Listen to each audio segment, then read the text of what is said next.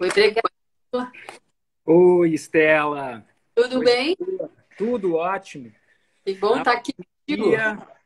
Oi? Que bom estar aqui contigo, já que não pode ser ao vivo e a cores, pelo menos assim, E né? da mesma forma, né? Um ótimo dia para quem está nos assistindo. Né? Eu sou o arquiteto Bregato, conselheiro estadual do CAU-RS, né? Membro da Comissão de Ensino e Informação, né? Professor de universitários e também desenvolvo, Estela, prática privada, né? Em escritório próprio.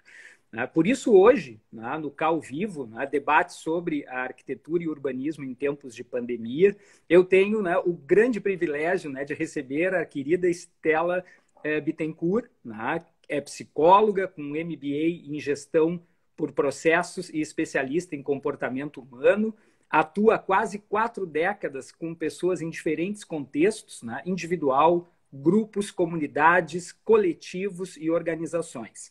A Estela tem um vasto currículo, e certamente eu não vou gastar o tempo fazendo uma descrição maior daquela que eu já estou fazendo agora, porque eu acho que o grande barato e o grande prazer, Estela, vai ser conhecer a lucidez do teu pensamento a partir das provocações que a gente vai fazer para ti ao longo do nosso debate, cujo tema de extrema urgência e importância é saúde mental. Estela, querida, um ótimo dia. Obrigado por ter aceito o convite do Cal. E de pronto eu te passo a palavra para as tuas considerações iniciais, já com uma pergunta, que é a seguinte. No meio de todas essas mudanças geradas pela pandemia e pelo necessário isolamento social, aceleração da revolução tecnológica, 200 dias de isolamento social, evasão escolar, preocupação com a saúde financeira das universidades, como anda o aparelho psíquico dos nossos colegas arquitetos e urbanistas, principalmente os professores e os nossos queridos alunos? Ótimo. Obrigado pela pergunta. Mas antes de começar a responder, eu quero agradecer o convite, né? Agradecer também as pessoas que estão aqui conosco agora, incentivá-las a fazer perguntas, porque a gente é movido a perguntas, né? E assim, ficar livre para poder participar. E também dizer para agradecer aquelas pessoas que não estão nos assistindo agora, porque eu sei que tem gente que não pode nesse momento, mas que vai ver depois, né? Que mandem perguntas para nós no direct ou façam um comentário para você, Cal RS, enfim. Então vamos lá, como é que está a cabeça das pessoas, como é que está a saúde mental das pessoas, né? Primeira coisa é que a gente não pode pensar a saúde de forma isolada. A saúde mental, ela não é só do aparelho psíquico, né? A saúde, ela tem a ver com uma visão integral do ser humano, do ponto de vista físico, psicológico, da própria alma, da sua espiritualidade. Então, com essa virada de chave que foi assim super rápida, em que a gente teve que se adaptar, e aí o primeiro comportamento que eu observei, e que possivelmente nós também passamos por ele, foi é o comportamento da negação, né? Sempre que alguma coisa inesperada acontece, a gente começa negando. Não, isso aí não está acontecendo. Não, isso aí não vai ficar para sempre. Isso aí eu vou esperar, porque isso aí vai passar. Eu não preciso fazer nada, não, porque daqui a pouco vai todo mundo voltar para a rua e a gente não vai ter que se adaptar, né? Depois a realidade começa a ficar mais próxima, mais junta, a pessoa começa a se dar conta de que aquilo realmente aconteceu e que não adianta negar, você vai ter que lidar com a realidade. O próximo passo pode ser você ficar muito enraivecido, né? Que droga que isso aconteceu, que horror esse negócio, quem é que inventou essa coisa? E agora vamos partir para culpabilizar alguém, porque aí se a gente culpabiliza alguém, a gente entra num mecanismo de então agora tá com ele, a gente tem que exterminar ele e aí a gente pode resolver.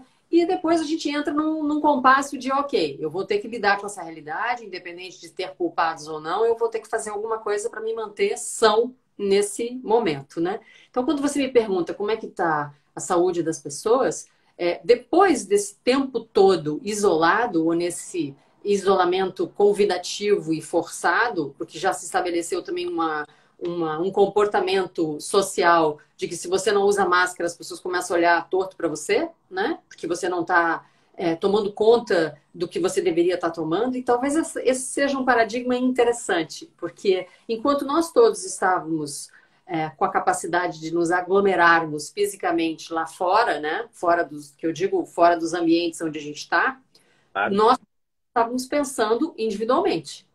Mas agora que a gente está isolado, né?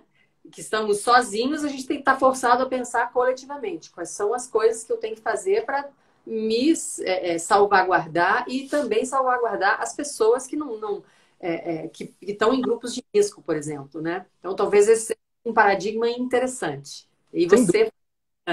diga, dúvida. obrigado. Assim, ó, em consequência até, né, dessa live está sendo também, né, provocada, né, pela Comissão de Ensino e Formação do CAU. Né? Vamos falar um pouquinho sobre precarização do ensino, né, principalmente considerando que esse ensino está tendo que acontecer distante do ambiente universitário. Isso. Tá? Claro, né, Estela? O ensino não pode ser tratado como mercadoria, né? Tampouco o estudante pode ser tratado, deve ser tratado como cliente. Aliás, já tivemos uma conversa sobre isso, né? O próprio termo aluno talvez pudesse ser revisado, né? Porque parte de uma premissa de que o aluno é aquele ser que precisa ser iluminado, enquanto que na realidade ele já tem uma luz própria e cabe ao professor identificar essa luz e amplificar. Mas veja, ensino remoto emergencial, registro de frequência flexibilizado, deflagração das desigualdades tecnológicas, que na realidade são financeiras e sociais, professores tendo que arcar com o custo dos meios de produção, flexibilização nos sistemas de avaliação, falta de ferramentas de certificação autoral, entre outras colocações que chegam para nós na comissão, né, de ensino, né, quase que num pedido de ajuda por parte de quem atua nas universidades. Estela, querida, este é o novo normal? Olha, eu espero que não. Eu espero que não. Porque, assim, quando eu escuto você falando, e quero agradecer pela provocação, porque isso aqui bota um monte de minhoca na minha cabeça para girar, né? Então, assim, se isso que você descreveu é o novo normal, talvez eu não queira fazer parte dele. Então, eu quero fazer parte de um movimento que não deixa que isso seja o novo normal. Né? Vou começar pela sua provocação, então, da palavra aluno, que significa aquele que não tem luz. Né? A origem das universidades ela tem uma origem religiosa, no sentido de que passar conhecimento da palavra de Deus seria alguma coisa que iluminasse as pessoas. E a educação vem nesse lastro, no sentido de fazer com que as pessoas sejam melhores indivíduos. Tem um viés super importante de criar cidadania.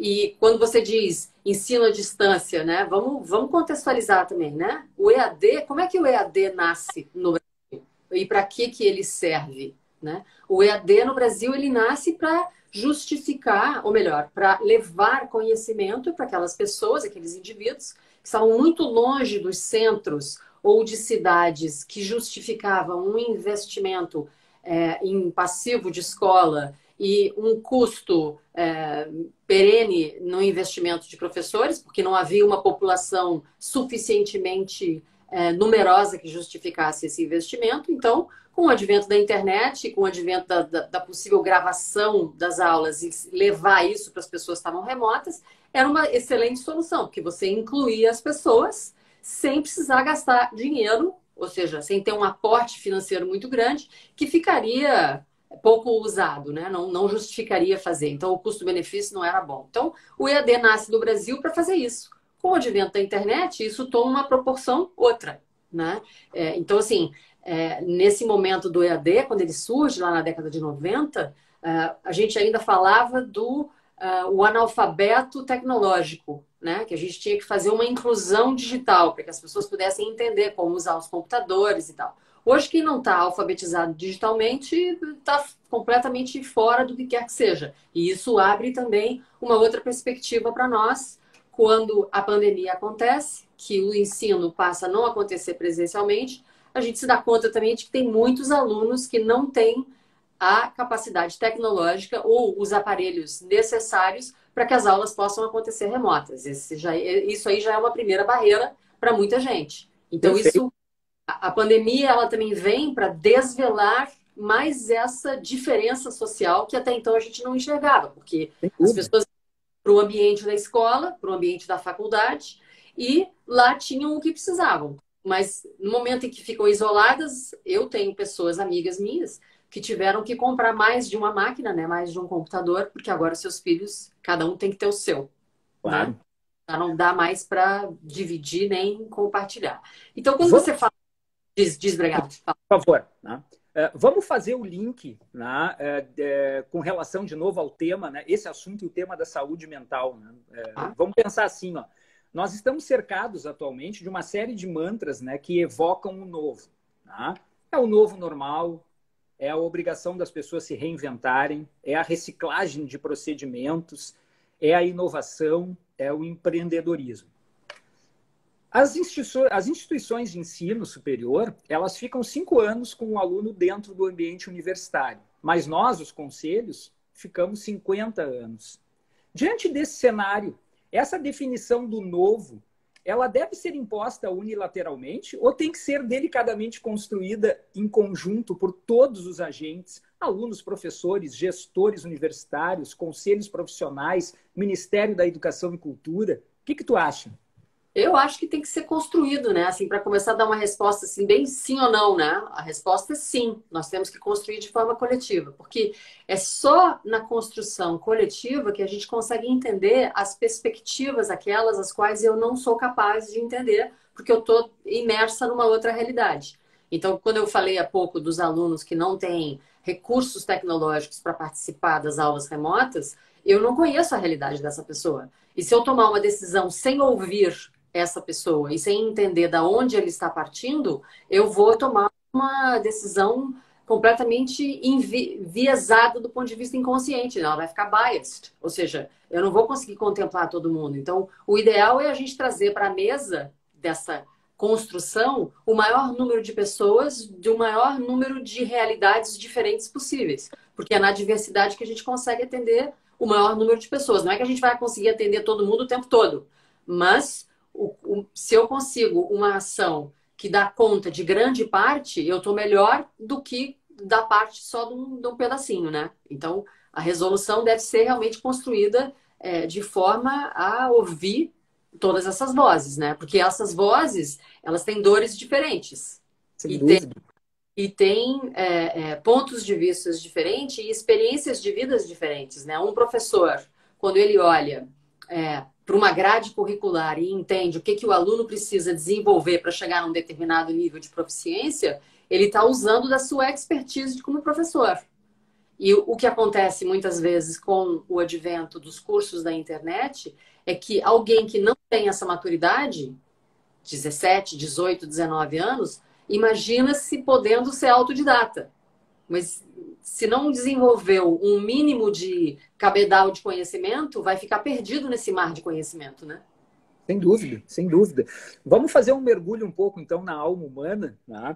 Vamos lá. Eu trago Paulo Freire, né? Uma frase que, para mim, é muito tocante, assim, quando ele diz que a educação é um processo humanizante, político, ético, estético, histórico, social e cultural. Como debater essas ideias na sala de aula virtual, na presença de 50, 60, 70 câmeras desligadas? Isso, olha, eu imagino que você esteja enfrentando isso também, né? Eu faço palestras e tenho feito agora nessa última semana, fiz 3 palestras diferentes, para públicos diferentes, né? Falando sobre os assuntos que eu gosto. E em todas as combinações que eu fiz, uma combinação que eu fiz foi, por favor, fiquem de câmeras abertas. A primeira coisa é que quem fala, né, quem está transmitindo a mensagem, se a gente não tem a presença do outro, a gente fica falando sozinho. A sensação que a gente tem é que está falando sozinho. Depois, a própria câmera fechada não me dá a certeza de que aquela pessoa está me ouvindo mesmo, né? Uma das coisas da comunicação humana que, infelizmente, a gente perdeu aqui nessa telinha, que são todos os sinais corporais que a gente precisa para fazer leitura uns dos outros, e isso tem a ver com o nosso cérebro do mamífero, né? Que o nosso cérebro é trino, um cérebro reptiliano, um cérebro mamífero e um cérebro primata. Essa capacidade de fazer uma leitura imediata e quase que instintiva do outro ficou reduzido à nossa cabeça e ao nosso ombro. A gente só enxerga a cabeça e o ombro. A gente não vê mais nada. Aqui eu vou me permitir dar um exemplo de um grupo e tem algumas pessoas nesse grupo que eu nunca vi presencialmente, porque elas entraram para esse grupo depois do isolamento. Então, nós estávamos numa conversa no Zoom e uma outra pessoa do grupo diz assim: Fulano, Diz aí pra gente que você tem 1,98 m.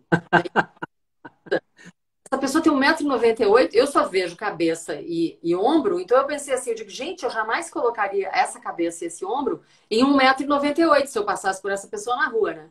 Aí foi uma risada, uma brincadeira, e aí essa pessoa que estava sendo provocada, ele se levanta, estica o braço e toca no teto. Assim, com 98, eu digo, meu Deus do céu. Então, assim, a gente fica num mar de não só fantasia, como porque a gente não pode conferir aquilo que a gente imaginou, e também a gente não consegue fazer leitura das pessoas. E aí, assim, se você está com a câmera fechada, você não tem nem a certeza se essa pessoa está mesmo do outro lado escutando ou não está escutando. Isso é um problema, sim. E um outro problema que acontece também é muitas horas na frente da tela. Bom, isso Perfeito. aí, assim, cansar os olhos, cansar o cérebro, a nossa incapacidade de manter foco na atenção, porque a nossa atenção ela não é reta assim, né? Ela é difusa, o olhar é difuso. Então, uma das coisas que a gente aprende quando a gente começa a dar aula é que a gente não fica sempre no mesmo lugar, a gente caminha de um lado para o outro, para a pessoa também poder movimentar o nível de atenção dela. Aqui a gente não tem isso. Então, o cérebro cansa muito mais rápido. Esses dias eu me levantei cedo e estava com dor no fundo do meu olho. Ou seja, muito tempo de tela, né? Porque agora eu tenho que fazer tudo através da telinha. Claro. Eu aprendi uma série de ferramentas digitais. Isso adicionou para mim só na possibilidade da interface, mas do conhecimento mesmo, não adicionou. Porque o Sim. conhecimento é o que a gente transmite, não é o meio pelo qual a gente faz, né?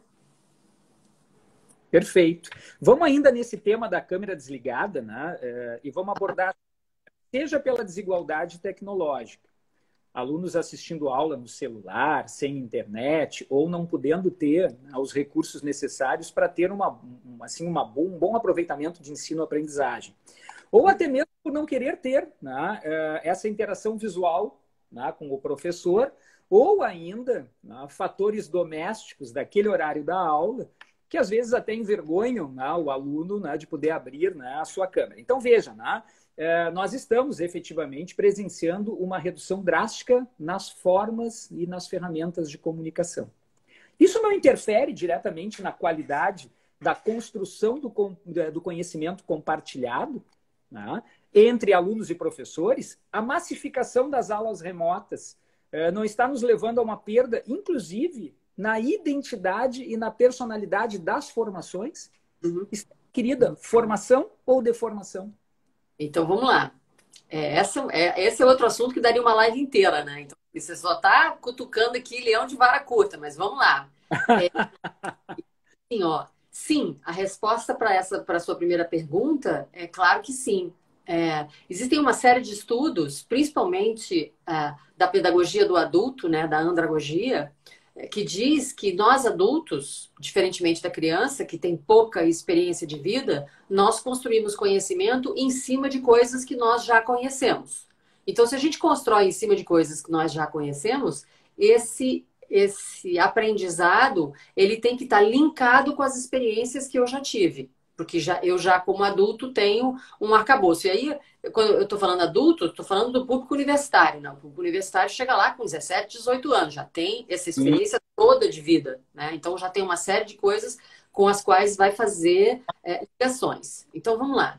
Se é verdade que eu vou aprender através de todos os sentidos, e Aristóteles já dizia isso, né? Que o aprendizado ele se estabelece através dos sentidos, ou seja, eu tenho que vivenciar isso. Ora, remotamente, a possibilidade de vivenciar é muito pequena, a menos que você peça para as pessoas fazerem exercício físico ou alguma coisa provocativa dentro de casa, que não é o que acontece. E em sala de aula, isso acontece porque na interação com os outros, você, na própria linguagem corporal, você está ajudando o outro a construir o que ele precisa. Né? Então, sim, é claro que a aprendizagem na presença do outro, ela é muito mais forte no sentido de imprimir experiências do que remotamente. Isso aí, sem dúvida nenhuma. E aí, não sei se você queria dizer alguma coisa, que você disse perfeito, talvez você quisesse... Não, eu tô curtindo o conteúdo. Então, assim, então você me pergunta formação ou deformação, Eu acho que é deformação. Eu acho que é empobrecer um processo riquíssimo que existe entre as pessoas, é, porque por conta de uma justificativa que neste momento pode ser válida, que é a questão de nós temos que manter um certo isolamento social, mas que daí a pouco, daqui a um ano, talvez, quando a gente tiver essa vacina ou alguma coisa que nos diga como lidar com esse momento, de forma a não termos esse isolamento como imperativo, a gente possa retornar para um ensino que seja presencial. Mas o que a gente percebe é que a construção feita é que o legal mesmo é o ensino da internet. Vamos todo mundo para a internet. E não é isso. A pedagogia mostra para nós, a psicologia mostra para nós que não, que isso é deformação, inclusive deformação da possibilidade de formação do indivíduo, né? O indivíduo se constitui na presença do outro e se constitui nessa relação. Perfeito, perfeito.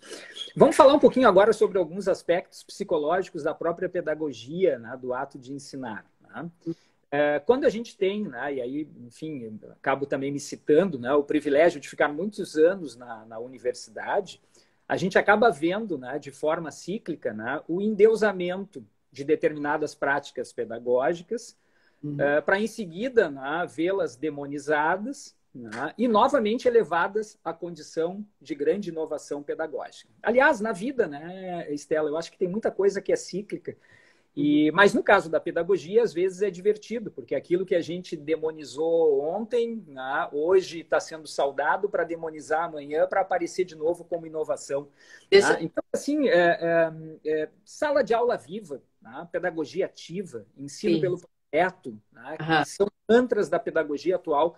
Nós não estamos dando alguns passos para trás, abandonando a construção compartilhada do conhecimento e voltando ao estágio apenas da transmissão da informação de maneira passiva? Ótimo isso. Eu ia pedir para fazer um parêntese para dizer o seguinte: nós que estamos no planeta há mais tempo, né? Já vimos a construção da roda e como ela é importante, o uso dela. A gente também não precisa fazer a roda e mudar o nome da roda, mudar o nome, chamar outra coisa que não se... E muitas vezes os modismos que eu vejo, né? Assim, como eu trabalho com pessoas nesses ambientes todos que você citou no começo da live, quando eu vou para dentro das empresas, ou mesmo dentro dos grupos que se entendem estudiosos, eu vejo que tem uma juventude que está reinventando o nome para coisa velha. Então, pegou aquela metodologia, deu uma outra ordenação naquilo, e aí disse, isso aqui é revolucionário, olha só que legal. Aí eu fico pensando, não, mas ssó um pouquinho, isso aí lá na década de 70, a gente já falava disso lá na década de 80, e as pessoas ficam me olhando assim, como assim? Mas eu não era nascido nessa década. Então, quem sabe você começa a escutar as pessoas que estão há mais tempo no planeta, porque, no mínimo, nós que estamos há mais tempo no planeta, a gente pode dar uma janela de tempo e dizer assim, olha, isso aqui a gente já tentou. E assim, não deu certo. Ou a gente já tentou e era bom. E assim, e é isso aqui agora a gente já não faz mais porque a gente entendeu que não era bom. Mas voltando para o seu comentário, pergunta, né? O ensino reativo, ele é desnecessário. Porque ele não produz alguma coisa que faça sentido para o aluno, muito menos para o professor e muito menos na construção que se estabelece do meio dessa relação aluno-professor. Então, assim, se o aluno fica ali só receptivo, receptivo, receptivo, ele depois não vai fazer nada com isso, até porque ele não entendeu qual era a importância daquilo na vida dele, né? Então, dar passos para trás, quando a gente pensa não, agora a gente só entrega conteúdo, que é o que a gente ouve também, né, Bregato? Claro. Eu vou entregar conteúdo, tá, mas se você não deu, ou se você não estimulou a capacidade do aluno de pensar sobre o conteúdo, ele vai só engolir aquilo. E talvez até coloque em prática de forma deformada. Porque ele não pensou sobre isso, ele não refletiu, e essa palavra é muito boa, né? Refletir é olhar, né? É essa nossa capacidade do cérebro primata de pensar sobre si mesmo, e nós, seres humanos, temos essa capacidade. Se eu não consigo refletir sobre aquilo que eu li, não consigo fazer análise e síntese do assunto, eu posso simplesmente repetir o que está ali. E isso pode ser ferramenta de massa de manobra, né? Assim, tipo, ó, só vou dar aqui e você só obedece ordem. Você só faz igual ao que eu disse que era para você fazer, né? Claro. A própria ideia da sala de aula viva, da pedagogia ativa, né, o ensino pelo projeto, né, ela trouxe uma forma muito interessante da gente construir de maneira compartilhada com os alunos os conhecimentos, porque realmente tira, né, os agentes da passividade, né, e do desconforto e do cansaço de ter que passar uma informação sem saber ao certo, né, se o estudante está captando ou para que serve, né, propriamente aquela informação. Então, assim, no caso específico da arquitetura, né, nós temos, né, um dos nossos principais laboratórios de ensino e aprendizagem é aquilo que nós chamamos de ateliê, né, de projeto. Projeto de arquitetura, de urbanismo, de paisagismo, de expressão gráfica, de maquete, que é aquele momento, né, onde diante de um problema real que é construído, né, num primeiro momento pelo professor, mas debatido com o aluno, se leva isso como um desafio para que todas as cabeças pensantes do ateliê busquem uma solução para aquele problema. No nosso caso, Estela, na forma de projetos de arquitetura, de reciclagem de espaços, né, e de novos edifícios. Veja, né, quando a gente faz isto, né, fazendo no ambiente presencial a reflexão na ação do fazer, me parece mais natural que a construção do conhecimento se dê de maneira genuína e instantânea. Né? À distância, né, utilizando, né, a barreira da tela, né, da aula remota virtual, perde-se aquilo que para nós é o nosso principal laboratório de ensino. Né? E cria-se uma certa passividade. Né? Claro que isso poderia ser revertido para todos os outros saberes, porque eu acho que a gente pode aprender teoria pura na sala de aula viva e na pedagogia ativa. Né? Como é que tu vê isso? Então, vou puxar então para a questão da saúde, né, mental, que eu comecei dizendo que ela é uma saúde integral, para dizer assim, essas experiências de laboratório, no caso o ateliê para o arquiteto, que é as pessoas que estão nos assistindo, ela é fundamental para desenvolver as habilidades do indivíduo. E eu não estou falando de habilidades técnicas, eu estou falando das habilidades relacionais entre as pessoas. Quando você tem uma série dessas pensando a solução de um problema, cada um vai trazer a sua solução de problema. Só que você vai ter que fazer um compor de qual é a melhor solução. E esse compor de qual é a melhor solução envolve habilidades emocionais, habilidades humanas.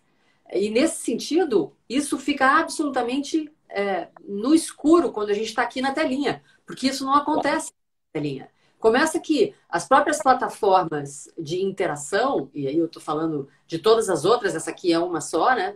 Mesmo que sejam plataformas em que eu consiga colocar muita gente, eu tenho uma ordenação de fala. Eu não consigo fazer subgrupos a menos que alguém me divida em salas. Ou seja, existe uma capacidade de controle também em cima do que é possível de fazer. Falta de espontaneidade também não desenvolve nas pessoas uma questão de protagonismo, uma questão de engajamento, uma questão de vou suprir a minha curiosidade. Se eu tiver que esperar muito, eu vou desistir. Não, isso aqui tá muito chato, não vou fazer, né? Então, sim, é lógico que todo laboratório que colocam as pessoas para fazer coisas juntas não é só para desenvolver tecnicamente as pessoas. Embora esse seja o objetivo primordial, ou o fim primeiro, é também para desenvolver a relação das pessoas com as pessoas. E como a gente não vai ficar eternamente isolado, a gente vai ter que voltar, até porque existe um impulso humano de querer se aglomerar. Nós somos seres instintivamente gregários. E isso está na nossa base biológica. E é isso que a gente vê também quando... então, mudamos a bandeira. Agora a restrição é menor. Vai todo mundo para a rua. Porque as pessoas querem se enxergar, as pessoas querem estar juntas. Né? Claro, né? Claro. De certa forma, né, Estela, eu acho que essa capacidade de se organizar em grupo e essa capacidade de compartilhamento, né, é que deu para a nossa espécie humana assim, esse salto, né, de desenvolvimento intelectual. né? Hoje, quando muito, e eu retomo um pouco da análise crítica do nosso laboratório de ensino-aprendizagem, que é o Ateliê, né? Quando muito a gente retorna, né, um pouco a um passado que não foi muito glorioso do ensino de arquitetura, onde o Ateliê se transformava num consultório, numa espécie de esclarecimento de dúvidas apenas, enquanto que, na realidade, estando presencial no desenvolvimento e na reflexão, na ação do fazer, às vezes o aluno nem sabe a dúvida que ele tem e ela aparece nesse instante presencial. Isso. Né? Então, assim, né, isso também é motivo de debate, né? Sim, sim, claro. É isso mesmo. Isso também é motivo de debate, no sentido de que se nós entendemos que esse é um espaço, é um contexto de facilitação de aprendizagem, e se é facilitação de aprendizagem, as pessoas têm que participar para se sentirem parte do processo, porque senão nada ali vai acontecer. E é muito interessante que você tenha colocado isso de uma forma assim tão clara, que às vezes o aluno não sabe que tem a dúvida, porque ele não chegou lá ainda. E esse espaço desse contexto de facilitação é o que promove que ele pense a respeito. E é isso que a gente está desenvolvendo quando a gente está junto, fazendo coisas juntos. Né? Veja, Stella querida, veja a angústia dos professores e dos nossos alunos, né? Principalmente quando a gente fala que, para nós, uma das principais formas de linguagem e de comunicação, além da fala e do gesto, né, é o desenho. Né? Uhum. Nós desenhamos muito. Né? O arquiteto é aquele cara que é reconhecido, né, por uma linguagem que é gráfica, que às vezes supera em muito, né, a capacidade de externar um conteúdo de forma visual. Um desenho, por ser síntese de uma ideia, ele às vezes fala sobre uma tese. Né? E essa capacidade de desenhar instantaneamente, diante do momento presencial em que a gente reconhece o desafio ou a dúvida do aluno, né? Por mais que a gente tente com as ferramentas digitais, ainda é um processo do eu aqui, tu aí. Né? Ainda é um processo onde a gente não consegue circular instantaneamente e usar o quadro, e usar o computador na parede, a tela digital, riscar no desenho do aluno. Veja o estágio de angústia, né, que hoje toma conta do coração dos nossos alunos e dos nossos professores, porque essas são as questões, Stella, que chegam diariamente para nós lá no Conselho. Uhum. Então, assim, eu gostaria de fazer um comentário em cima disso. A minha formação inicial é psicologia, como você leu ali no início do meu currículo, e eu sou, assim, uma curiosa do comportamento humano, né? O que fez com que eu fosse estudar uma série de outras coisas. E uma das coisas que eu comecei a estudar nos últimos tempos foi neurociências. Por quê? Porque o psicólogo, até bem pouco tempo, ele olhava o comportamento humano tentando intuir o que acontecia dentro das pessoas. Né? Então a gente age desse jeito porque o nosso cérebro funciona assim, porque os nossos mecanismos biológicos funcionam assim, e algumas coisas já estavam postas. Só que agora a gente tem tecnologia suficiente para ver o cérebro trabalhando enquanto ele está vivo. Né? E isso é assim uma caixinha de surpresa e ao mesmo tempo uma caixinha de Pandora. Porque você começa a descobrir umas coisas assim, tipo, então isso que as pessoas intuíam é assim que acontece. Ou isso que as pessoas intuíam não está certo, porque é de um outro jeito que acontece. Então, quando a gente começa a perceber isso, essa interseção entre o que é base biológica, que é o cérebro, e o que é a mente, que é uma outra coisa, né? A mente perpassa a questão biológica, a gente começa a entender também que tem certos exercícios, e aí eu estou falando de exercício mesmo, exercício do ponto de vista físico, que nós precisamos fazer para que a gente tenha um cérebro saudável. E um deles é escrever. Esse tipo de escrita, ele produz sinapse e conexões super importantes para você desenvolver não só uma capacidade cognitiva maior, como uma longevidade cerebral maior também. Isso já está dito nas pesquisas, tem um monte de gente falando sobre isso. Então, assim, você tira das pessoas essa capacidade motora, porque agora todo mundo usa o teclado, ninguém mais escreve, ou no caso do arquiteto, você vai usar ferramentas que não vão fazer com que você execute esse movimento, você está, na realidade, roubando essa capacidade mental de conexão e de síntese, para que você possa ter não só saúde mental, como uma melhor cognição. né? Assim, a sua percepção ficar melhor em relação às coisas. Faz Perfeito. sentido? Sabe que a gente costuma com muita frequência falar para os nossos alunos, né, que desenhar é pensar com o auxílio das mãos, né? É isso mesmo. E como isso é bom, né? Porque e para um arquiteto né, que não desenha, que não se expressa, é quase como um hiato de comunicação. Estela, nós temos, eu tenho mais duas colocações aqui que eu quero te fazer, não quero perder a oportunidade, mas começam a chegar algumas perguntas que tu acha da gente também abrir um espaço para poder fazer a leitura das perguntas? Você que sabe. Tá, Você que sabe. maravilha. Então aqui, ó, pedir para a Estela algumas dicas sobre como conduzir o ensino-aprendizagem nesses ambientes digitais para quem está com essa realidade, né? Como manter o foco? Como organizar o tempo? Ela tem alguma recomendação? Sim, tenho.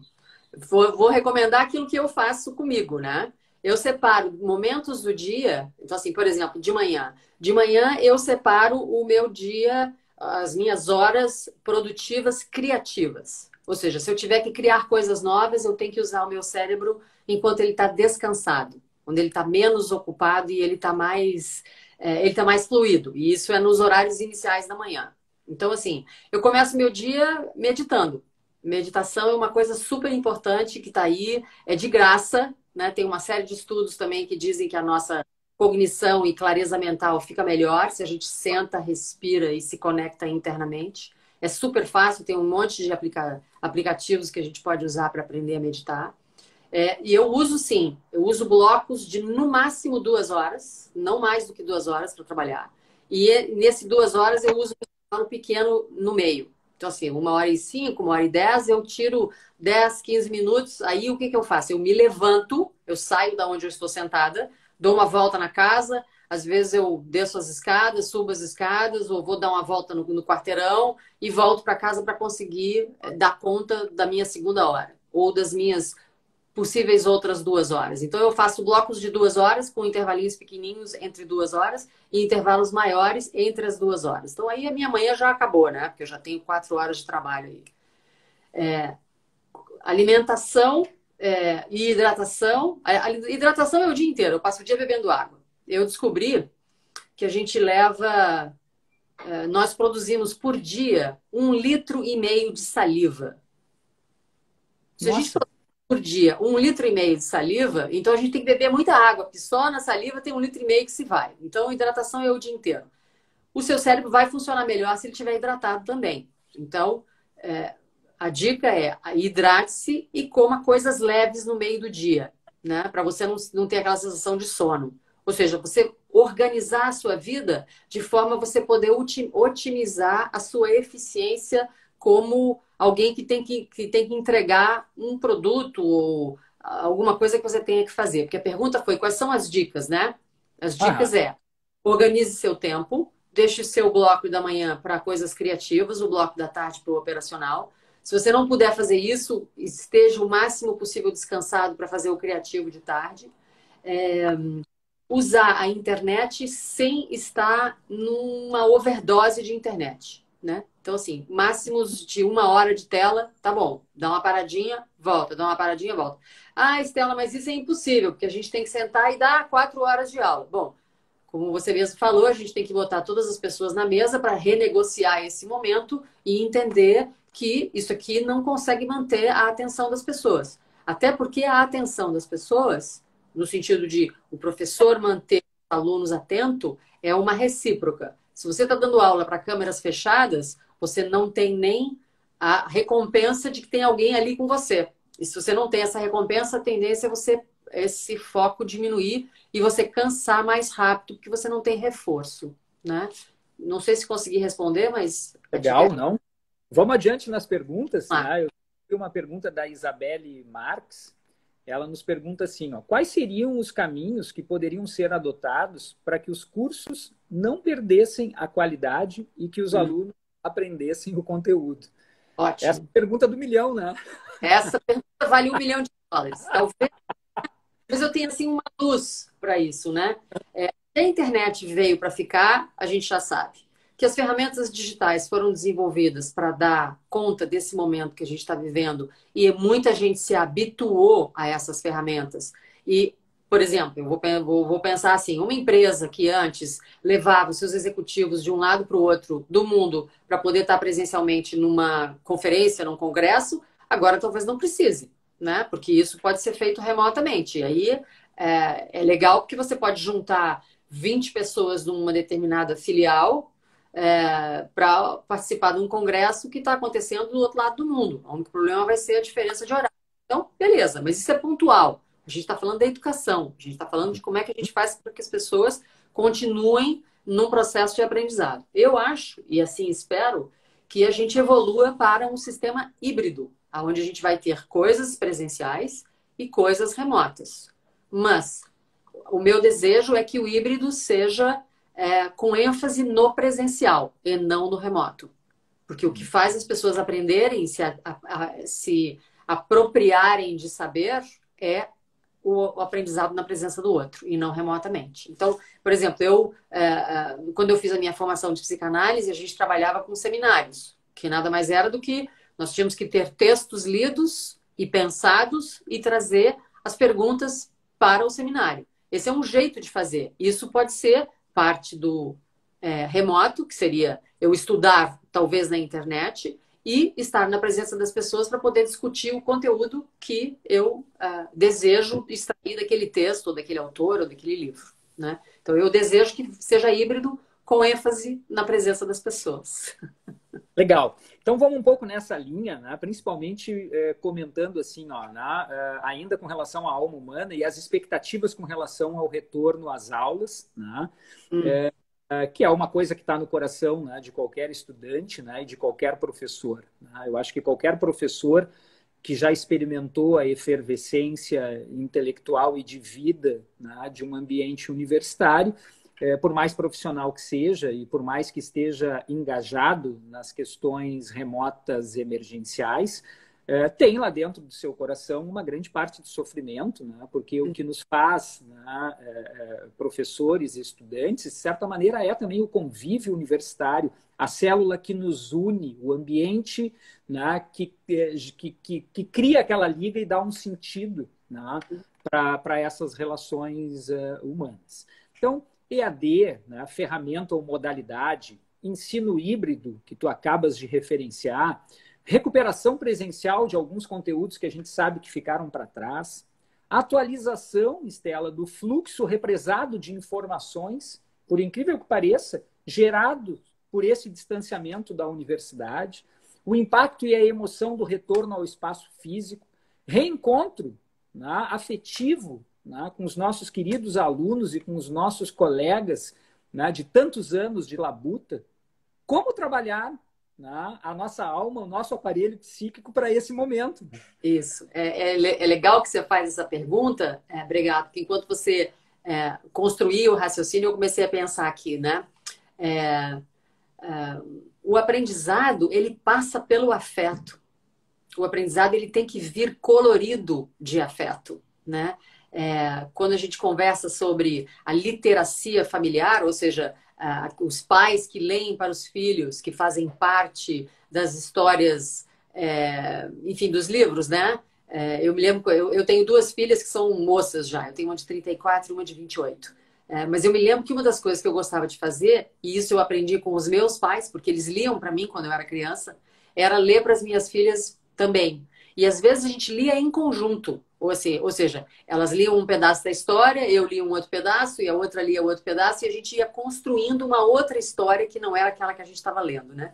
Então, essa capacidade da gente poder se relacionar pensando numa história vai criando também uma possibilidade de vocabulário mais ampliada do que aquela só de alguém que lê um texto de forma individual, né?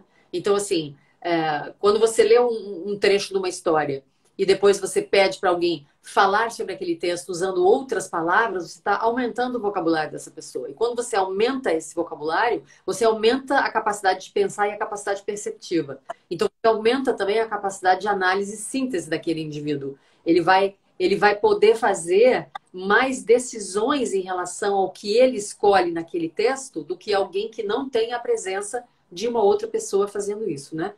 Então a gente chama isso de literacia familiar. A literacia, claro, as pessoas vão aprender a ler e escrever, mas a familiar, e que não é necessariamente com pai e mãe, que pode acontecer com o professor, né? E aí eu vou fazer aqui uma provocação para quem está nos assistindo. Pensem naquele professor que influenciou vocês a ser arquiteto. Quem era essa pessoa? Não era uma pessoa afetuosa, com a qual você tinha uma relação gostosa, boa, engraçada, divertida.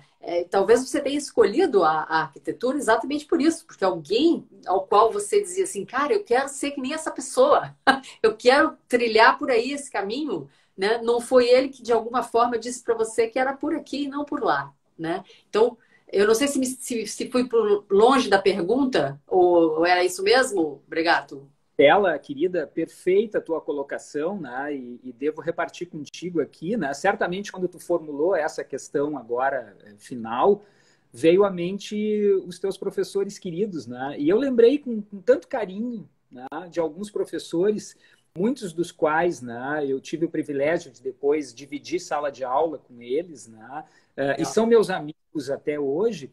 E, sabe, de fato, isso que tu comentou para mim acerta um alvo, assim, preciso, sabe? Que às vezes, não é nem o conteúdo, aquele que está aqui nos livros que a gente vê aqui atrás, ó, né? E que com um pouco de interesse a gente absorve, mas às vezes não é isso. Às vezes é aquele professor que diz, olha, meu filho, não é por aqui, é por ali.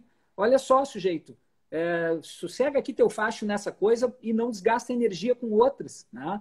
Eu tenho frases de professores que participaram da minha formação que eu não tenho dúvida que foram, né, eles os que em algum momento, né, deram um rumo até para que eu viesse, né, a ser professor, né? Porque num primeiro momento a minha ideia em me tornar arquiteto era ser arquiteto e construtor, né? E o grande privilégio, né, de ter trilhado esse caminho, que já vai aí para 32 anos de sala de aula, né, com a alegria, né, de tanto os meus professores quanto os meus alunos fazerem parte, né, do meu círculo de relacionamento atual. Então, assim, obrigado por essa colocação, porque ela me acarinhou, né, e me trouxe de volta a lembrança dos meus mestres queridos, né?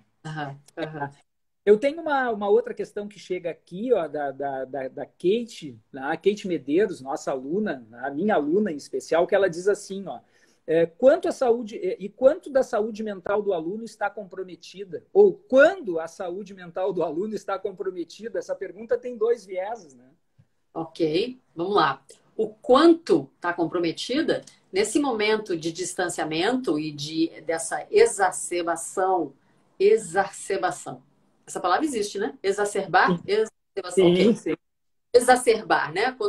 Esse momento em que a gente exacerbou o uso da tecnologia, comprometeu a atenção do aluno, né? Em muito, eu não sei, talvez eu não possa te dizer o quanto exatamente, mas sim, comprometeu a atenção do aluno. Inclusive porque, dependendo da faixa etária do aluno, ele tem pouca autonomia, ou não é que ele tenha pouca autonomia, ele tem pouca disposição e disciplina, e a palavra disciplina é boa, porque a palavra disciplina não tem nada a ver com rigidez. A disciplina tem a ver com a capacidade de ser discipleno, né? Então, assim, entender o que é necessário para si mesmo. Então, tem alunos mais jovens que eles ainda não têm desenvolvido o que eu preciso me dedicar para fazer, mesmo que meu cérebro diga, não, te acomoda, vai lá jogar videogame, vai lá comer uma barrinha de chocolate, vai, né, ficar ali scrolling no Instagram, né? Então, assim, quando você tem a capacidade de entender, né, de estar disciplino, de que aquilo é importante para você, você tem mais chance de ganhar de você mesmo, do seu cérebro reptiliano que quer descansar, né? Então, dependendo da faixa etária, está mais comprometido ou está menos comprometido. Mas, sim, tem muita gente que está comprometida no sentido de que não está conseguindo nem ter a sensação de que está fazendo coisas importantes e entregando coisas com qualidade, porque a enxurrada de informação e de demanda é tão grande que você fica perdido nesse monte de informação, que não quer dizer conhecimento. Informação não quer dizer conhecimento. É só mais uma coisa. E muitas desses estímulos que a maioria de nós vai procurar nas redes sociais não servem para absolutamente nada. Não vai agregar em absolutamente nada no seu conhecimento. Então você fica ali, na verdade, investindo mal o seu tempo. Então você tem que ficar atento. Procure aquilo que te interessa. E aí tem uma outra questão também que talvez seja interessante a gente lembrar. Os algoritmos do Google, ele funciona assim. Você faz uma pesquisa, né? Vamos supor que eu fiz uma pesquisa sobre hotéis em Buenos Aires. Tá. Aí eu saí do Google, entrei no Facebook. Aí, que coincidência, né? Do ladinho ali, hotel em Buenos Aires. Ah, que coincidência, né? Não, não é coincidência nenhuma. O Google sabe porque ele fez um cruzamento de informações. E aí o que eu quero dizer, que eu quero chamar a atenção disso é o seguinte: o algoritmo, ele vai tender a nos emborrecer.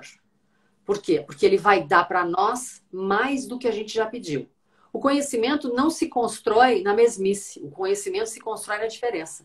Então, se você ficar refém do Google, você vai ficar mesmice. Você não vai conseguir sair para um outro patamar onde você tem uma informação que é diferente daquela que você tinha para você poder fazer análise e síntese, porque o conhecimento é isso aqui, né? É juntar essas duas coisas. Quando você tem uma enxurrada de informação, você cansa seu cérebro e no final não faz nada com isso, né? Então, atenção quando você procura no Google. É verdade, é verdade. Vamos falar de um outro assunto, né? Já chegando, né, ao fim. Puxa vida, né? Essa nossa conversa, na realidade, reacendeu um conjunto de outros assuntos, né? E já fica aí a provocação, quem sabe, para um segundo encontro, né? Vamos Porque lá. nas minhas anotações que eu estou fazendo à luz da abertura dos assuntos que a gente trouxe hoje, outros tantos já vieram à tona e eu acho que merecem com urgência também a nossa abordagem. Mas, Estela, um assunto final para reflexão, pelo menos para a live de hoje, é assim: ó, eu tenho acompanhado, né, uma nova onda de debates internacionais, né, surgindo no horizonte, né, sobre o futuro das universidades, né, principalmente diante de uma total autonomia que, se não é formativa, ela é informativa por parte do aluno. Neste futuro, sei lá se ele é próximo ou se ele está mais distante, as universidades, elas continuarão formando ou elas se transformarão apenas em agências certificadoras? Essa aí, uma live inteira para falar disso, mas a gente só tem 3 minutos lá. Vamos lá. A verdade, a forma com que eu vejo hoje a instituição universitária, a maioria delas se transformou num grande negócio. A educação virou um grande negócio. Então, quando você diz vai ser só alguém que emite um diploma e certifica, diz que por lá passou, e aí se eu passar por Harvard, significa que a minha certificação é melhor.